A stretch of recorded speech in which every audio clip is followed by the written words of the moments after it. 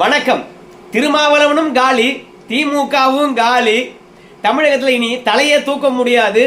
உண்மையை போட்டு உடைத்த கோலாகல சீனிவாசு அவருடைய யூடியூப் சேனல்ல மூட் ஆஃப் த ரீசன் அப்படின்னு சொல்லிவிட்டு வடமண்டலத்தில் யாருக்கு செல்வாக்கு அதிகமாக இருக்கிறது, எப்ப பார்த்தாலும் விஜயை பொறுத்த வரைக்கும் திமுகவுக்கும் தவேகாவுக்கும் தான் போட்டி.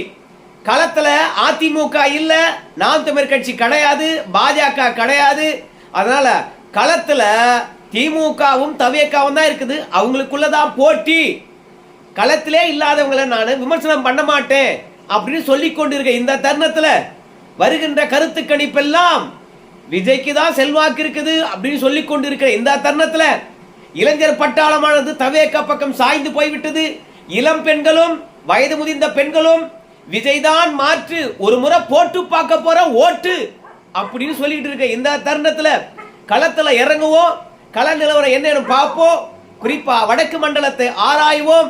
பாமகவும் அதிமுகவும் பலமாயிருக்கின்ற இந்த இடத்துல களம் மாறி இருக்குதா அப்படியே இருக்குதா அப்படின்னு பார்ப்பதற்காக முக்கியமாக கிராமத்தின் பக்கம் நகர்ந்திருக்கின்றார்கள். பாமரர்களை பொறுத்த வரைக்கும் பணம் கொடுத்தா போதும் ஓட்டு போட்டுருவாங்க அப்படின்னு அரசியல் கட்சிகள் நம்பிக்கொண்டு இருக்கின்ற பொழுது 5 ஆண்டு காலம் ஆட்சியில் இருக்கக்கூடிய திமுக இலவச திட்டங்களால் மீண்டும் கோட்டையை எட்டி பிடித்து விடலாம் என்று இருக்கின்ற இந்த தருணத்தில் கிராம மக்கள் என்ன நினைக்கின்றார்கள், இளைஞர் பட்டாளம் என்ன நினைக்கிறது, இளம் பெண்கள் என்ன நினைக்கின்றார்கள், பார்த்து விடுவோம் ஒரு கை அப்படின்னு சொல்லிட்டு களத்துல போய் ஆராய்ந்திருக்கின்றார்கள். ஆனால் அந்த முடிவு திமுகவுக்கும் விசிகாவுக்கும் மரண அடியை தந்திருக்கிறது. அதை தான் நம்ம பார்க்க போறோம். இவ்வளவு ஆவேசமா பேசுறேன், சப்ஸ்கிரைப் பண்ணிட்டு சப்போர்ட் பண்ணக்கூடாதா? சரி வாங்க பார்க்கலாம். இப்போ முதல்ல திமுகவுடைய செல்வாக்கு எப்படி இருக்குது அப்படின்னு பார்க்கும்போது வடக்கு மண்டலத்தில் திமுகவுக்கு அவ்வளவு சிறப்பான செல்வாக்குலாம் கிடையாதுங்க. அதுலயும் பட்டிக்காட்டா இருக்கக்கூடிய மக்கள் கூட 1000 ரூபாய் விஷயத்துல என்ன சொல்றான்னு கேட்டீங்கன்னா, யார் வீட்டு பணத்தை தராங்க, எங்க வீட்டு பணத்தை தான் தராங்க, அப்புறம் எதுக்காக நாங்க ஏன் ஓட்டு போடணும் அப்படின்னு விவசாயத்துக்காக திமுக என்ன பண்ணிருக்குது அப்படின்னு சாமானிய மக்கள் கேட்கிறாங்க. ரெண்டாவது, ஒரு நாடக மேடை மேல ஒரு நபர் உட்கார்ந்துட்டு இருக்கார். பார்க்கறதுக்கு படிப்பறிவு இல்லாதவர் மாதிரி இருக்கிறார். அவர் ஒரு விஷயத்தை தெல்ல தெளிவாக சொல்றார். கோலாகல சீனிவாசை பொறுத்த வரைக்கும் அந்த மேடை மேல உட்காந்துக்கின்னு அவர் சொன்ன விஷயத்தை வேற மாதிரியா பார்த்தாங்க. ஆனா நான் வேற மாதிரியா பார்க்கிறேன். எப்படின்னா, செஞ்சி மஸ்தான் தான் இந்த நாடக மேடையை கட்டி கொடுத்தாரு. அதனால செஞ்சி மஸ்தான் மீண்டும் வெற்றி பெறுவாரா அப்படின்னு கேட்கும்பொழுது, இல்லைங்க, எங்க தொகுதியில ஒரு 40,000 இஸ்லாமியர்கள் ஓட்டு இருக்குது. அந்த 40,000 வாக்குகளும் செஞ்சி மஸ்தானுக்கு தான் போகும். அதனால செஞ்சி மஸ்தானுடைய வாக்கு எண்ணிக்கையை எண்ணும் போது எப்படி எண்ணணும்னு கேட்டீங்கன்னா 40,001 அப்படின்னு தான் எண்ணணும். ஏன்னா சாலிடா 40,000 வாங்கிடுவார் செஞ்சி மஸ்தான். ஏன்னா இஸ்லாமியர்களை பொறுத்த வரைக்கும் செஞ்சி மஸ்தானுக்கு தான் போடுவாங்க, திமுக தான் போடுவாங்க, வேற யாருக்கும் போட மாட்டாங்க. அதனாலேயே அவரு தொடர்ந்து வெற்றி பெறாரு. ஆனா இந்த முறை நாங்க ஏன் போடணும் அப்படின்னு கேள்வி கேட்கிறாங்க. இல்லைங்க, பெருமாள் கோயிலுக்கான நேர்கூடு கேட்டோம், கட்டி கொடுத்தாங்களா? தெருவில் தண்ணி வரல, பார்த்தாங்களா அப்படின்னு அடிப்படை வசதியிலிருந்து ஆன்மீக நம்பிக்கை வரைக்கும் திமுக அடித்தட்டு மக்களுக்கு எதிராக இருக்கின்ற விஷயத்த அப்படியே புட்டு புட்டு வச்சிருக்காங்க. ரெண்டாவது, இந்த நாடக மேடை மேல உட்காந்து ஒருத்தர் சொன்னார் தெரியுமா, அவருடைய பார்வை எப்படி இருக்குன்னு கேட்டீங்கன்னா, இஸ்லாமியர் எல்லாம் திமுக பக்கம் சாய்கின்ற போது இந்துக்கள் ஏன் பாமக மற்றும் அதிமுக பக்கம் சாயக்கூடாது அப்படின்ற எண்ணம் அவருக்கு இருக்கிறது. அவங்கெல்லாம் ஒன்று சேர்ந்து அவருக்கே போடும்போது நாம ஏன் பாத்தீங்கன்னா திமுகவை தவிர்த்து விட்டு அதிமுக பாஜக ஓட்டு போடக்கூடாது அப்படின்னு கிராமத்துல ஒரு பட்டிக்காட்டம் ஒரு நாடக மேடம் உட்காந்து சிந்திக்கிறான்னா, வடமண்டலம் மட்டும் கிடையாதுங்க, தமிழகம் முழுவதும் திமுக இந்து விரோத சக்தி என்பதை நல்லா தெல்ல தெளிவாக தெரிஞ்சிட்டு இருக்காங்க. ரெண்டாவது, சிறுபான்மையர்களை பொறுத்த வரைக்கும் நாம யாருக்கு ஓட்டு போடணும் என்பதை அவங்க தெல்ல தெளிவாக தெரிந்து வைத்திருக்கின்றார்கள். அப்ப நாம யாருக்கு ஓட்டு போடணுன்றதை நம்ம முடிவு பண்ணக்கூடாதா அப்படின்ற எண்ணம் கிராமத்து மக்கள் மத்தியில இருக்கு. பஜ்ஜி சாப்பிட வர்றவன், பஜ்ஜி கடையை வச்சுங்கிறவன், ரெண்டாவது இளைஞர் பட்டாளம், இப்படி எல்லா தரப்பையும் போய் அணுகி இருக்கின்றார் ஜேசிவி ஸ்ரீராம் அவர்கள். அதுவும் கிராமத்து பக்கம் போயிட்டு இருக்காரு. கிராமத்து மக்களை தான் காசு கொடுத்தா ஏமாத்தலாமே அப்படின்னு நினைக்கிறாங்க. ஆனால் 10,000 ரூபாய் கொடுத்தா கூட வாங்கிக்கின்னு நான் அதிமுக தான் ஓட்டு போடுவேன் அப்படின்னு சொல்றாங்க. இளைஞர் பட்டாள இடத்துல போய் கேட்குறாங்க. அங்கேயும் எடப்பாடி பழனிசாமி வாக்கு இருக்குது, விஜய்க்கு வாக்கு இருக்கிறது, நாம் தமிழர் கட்சிக்கு நல்லாவே வாக்கு இருக்கிறது, அப்புறம் திமுகவுக்கும் வாக்கு இருக்கிறது. ஆனா வடமண்டலங்களை பொறுத்த வரைக்கும் சூப்பரா தெல்ல தெளிவா ஒரு விஷயத்த சொல்றாங்க. அதிமுகவை அசைக்க முடியாது, பாமகவை அசைக்க முடியாது. அதிமுகவும் பாமகவும் ஒன்று இருந்தால் திமுக இந்த ரெண்டு பேரையும் அசைக்கவே அசைக்காது அப்படிங்கிறாங்க. கிராமத்துல பாஜக இருக்குமா என்று கேட்கின்ற போது அங்க பாஜகவும் கால் ஊன்றி இருக்குது கிராமப்புறங்கள்ல. அதுல ஒரு ஆள் சொல்றாரு, ஏங்க இங்க பாஜக இருக்குதா அப்படின்னு கேட்கிறாரு ஜே.சி.வி. ஸ்ரீராம் அவர்கள். நானே பாஜக நிர்வாகி தான், இங்க வந்து இருக்குதான்னு வேற கேட்கறியா அப்படின்னு சொல்றார். அப்போ இதெல்லாம் அதிமுகவுக்கு கூடுதல் பலம். ஒரு குக்கிராமத்துல பாஜகவுக்கு ஒரு ஆள் இருக்காங்க. ரெண்டாவது, ஒரு குக்கிராமத்துல போயிட்டு ஒரு ஆளை சந்திச்சு தவேகா எப்படி இருக்குது அப்படின்னு சொல்லுகின்ற போது ஒரு 10 ஊர் பேரை சொல்றார். அந்த 10 ஊர்லயும் தவேகாவுக்கு கிளைகள் இருப்பதா கூட தெரியல. ஆனா அந்த 10 ஊரும் ஒன்னா சேர்ந்து ஒரு பேனர் வச்சிருக்காங்க. ஒரு ஊர்ல ஒருத்தர் இருப்பான் போல இருக்குது, 10 பேர் முகம்தான் அந்த இடம் இருக்குது. எங்க பக்கம் தவேகாவுக்கு பெருசா வேல்யூவேஷன் கிடையாதுங்க, என் பொண்ணுங்க கூட போடாதுங்க அப்படின்னு. ரெண்டாவது, நடுத்தர வயது பெண்களை பொறுத்த வரைக்கும் அதிமுக கிட்ட தாங்க என்ன பலன் பெற்றோம் என்ற விஷயத்தை அடுக்குறாங்க வரிசையா. திமுக வந்து எப்படி அதிமுக திட்டங்களை நிறுத்தி இருக்கிறது, அதிமுக ஆட்சியில் எங்களுக்கு கிடைத்ததெல்லாம் இப்ப ஏன் கிடைக்கல அப்படின்ற கேள்வியெல்லாம் வேற கேட்டிருக்கிறாங்க. மொத்தத்துல வட மாவட்டங்கள்ல திமுக காலி, ஏன்பா பாமக தான் பிரச்சனை இருக்குது அப்படின்னு சொல்லுகின்ற போது அதற்கும் போய் மக்களிடையே கேள்வி கேட்டிருக்காரு ஜே.சி.வி. ஸ்ரீராம்.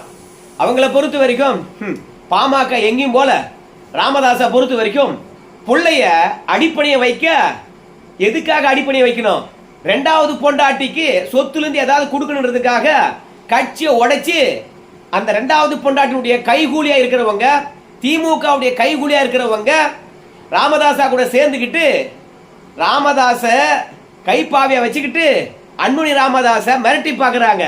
குடும்ப விஷயத்துக்காக டாக்டர் ராமதாஸ் கட்சியை உடைச்சு போட்டாரு. இது கட்சிக்குள்ள இருக்கின்ற பிரச்சனை கிடையாது, குடும்பத்துக்குள்ள பிரச்சனை.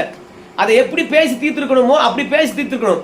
ஆனா ராமதாஸை பொறுத்த வரைக்கும் கட்சியை கொடுக்க மாட்டேன் பாக்குறியா, உனக்கு எதிராக நான் கலையிறங்கிற பாக்குறியா அப்படின்னு சொல்லிட்டு பெத்த மகனுக்கு எதிராகவே கண்ணியமற்ற முறையில நடந்துக்கிறார். பொண்டாட்டியுடைய ஆசை அவர் கண்ணை மறைக்குது. புள்ளை தப்பே பண்ணியிருந்தாலும் புள்ள மேல இருக்கக்கூடிய தவறுகளை அப்ப வெளியே சொல்ல மாட்டான். ஒரு அப்ப வெளியே சொல்றான்னா அப்பாட்டி மீது வைத்திருக்கக்கூடிய பேராசையினாலதான் அவன் சொல்லுவான், இல்ல சொல்ல மாட்டான். அந்த மாதிரி இரண்டாவது மனைவி என்ன டிமாண்ட் வைக்கிறாங்கன்னு தெரியல, அதன் அடிப்படையில் அன்புமணியை அசிங்கப்படுத்துறார். இதே ராமதாஸ் தான் வந்து பாத்தீங்கன்னா அன்புமணியை கை காட்டினார். நாங்களும் 20 வருஷமா அவரை பின்தொடர்கின்றோம், அவர் சொல்றதை கேட்கிறோம். இப்போ அந்த அன்புமணி சரியில்லை, ஊழல் பண்ணோம் அப்படின்னு சொல்லுகின்ற போது அந்த ஊழல்ல வந்த பணம் உங்ககிட்ட இருக்குமா இல்லையா? யார அசிங்கப்படுத்துற?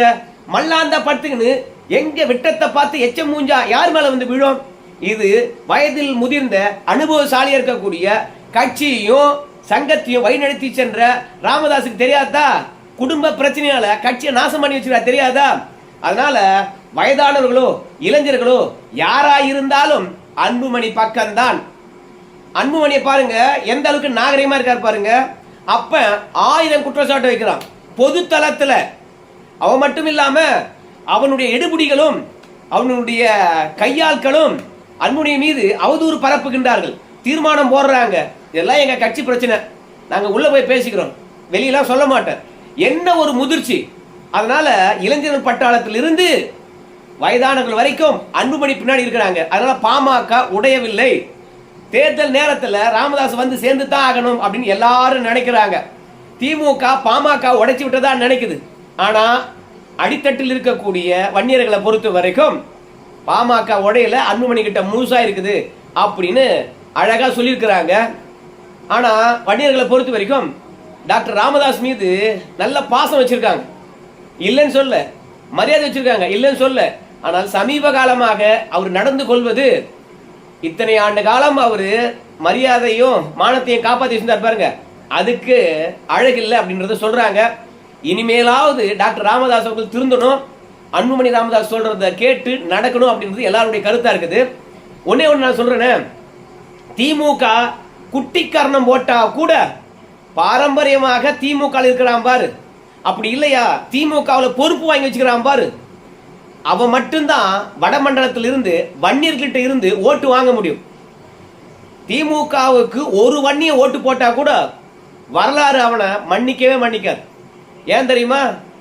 இடஒதுக்கீட நயவஞ்சக துணர் வந்து பாத்தீங்கன்னா நாசமாக்குன ஒரே கூட்டம் திமுக கூட்டம்.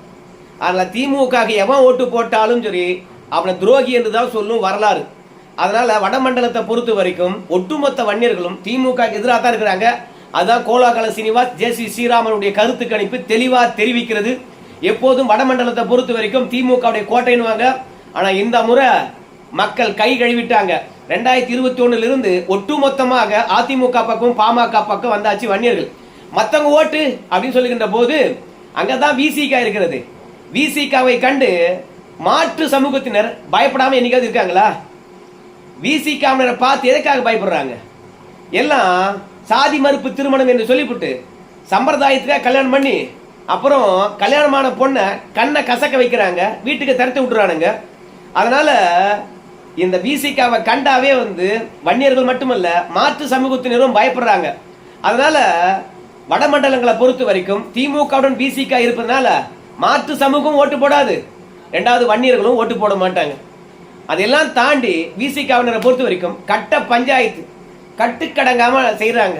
கலெக்ஷன் திமுக தான் கலெக்ஷன் கமிஷன் கரப்ஷன். ஆனா இப்ப திமுக செய்தே இல்லையோ விசிகா காரங்க துணிச்சலா செய்ய ஆரம்பிச்சுட்டாங்க. படிச்சு முன்னேறான்னா காதலிச்சு முன்னேறுவேன் அப்படின்னு களத்துல இறங்கிருக்காங்க விசிகா காரங்க. அதனால வடமண்டலத்துல கண்டிப்பா திருமாவளவனுக்கு ஓட்டு கிடையாது. அதாவது வன்னியர்களும் மற்ற சமூகத்தினரும் திருமாவளவனுக்கு ஓட்டு போடலன்னா ஆச்சரியப்படுறதுக்கு இல்லை.